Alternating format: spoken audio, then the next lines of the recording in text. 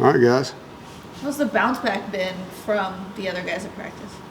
Yeah, they want to win. I mean, you have 2 tough weeks result-wise, and the resolve of this team hasn't changed. They want to get better, and when you leave things on the field from week to week, whether you win or lose, it's always the same with the coaches. You want to get that stuff off of film, and ultimately, as a coach, your film is your resume, and we don't like how it looks. You know, right now we got to get it better, and so coaching better, playing better, and as I said in my press conference, it's a huge focus on fundamentals. You know, the way we block, the way we defeat blocks, the way we tackle, the way we break tackles, throwing, catching, just back to the basics.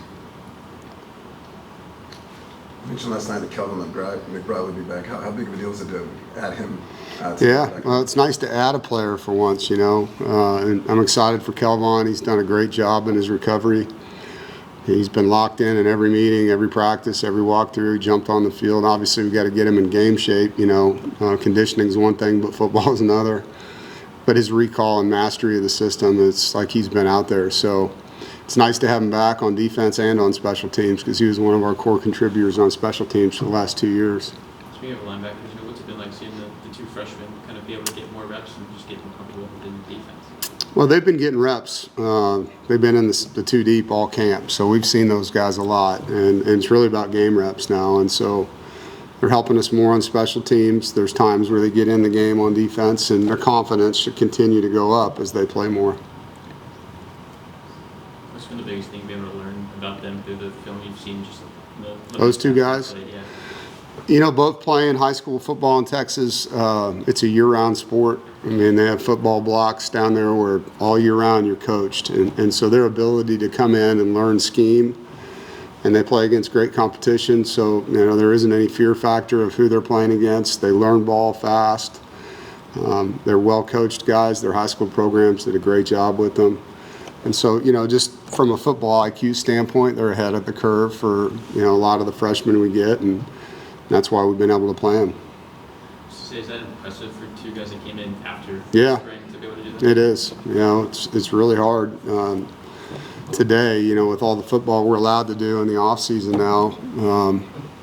But yeah, they caught up. And, you know, Zoom and being able to have that kind of technology has helped us as coaches because you can now do that remote, right? When they were back there in the spring, you can get on a Zoom call with a guy and talk him through things and install things. So it does help, you know, that you have the technology to reach guys differently than you used to.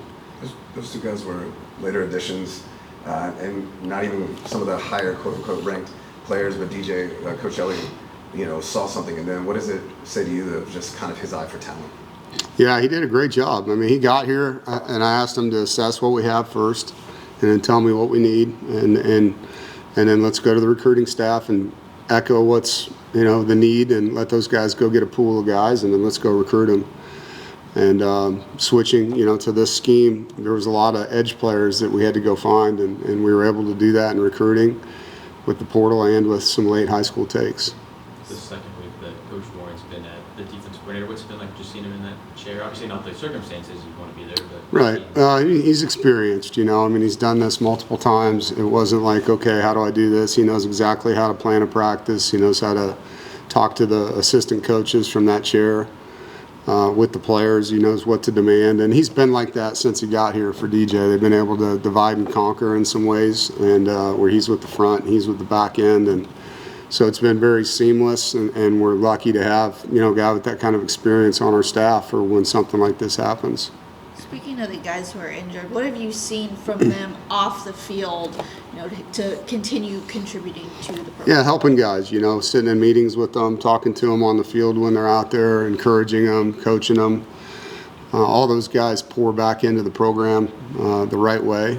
I think Jackson Vick's done a really good job of that with the sod and with JB. So that's something our program, whether you're injured or not, we ask older players to help younger players all the time. And so there's that servanthood as part of our leadership program that, you know, our guys do that naturally.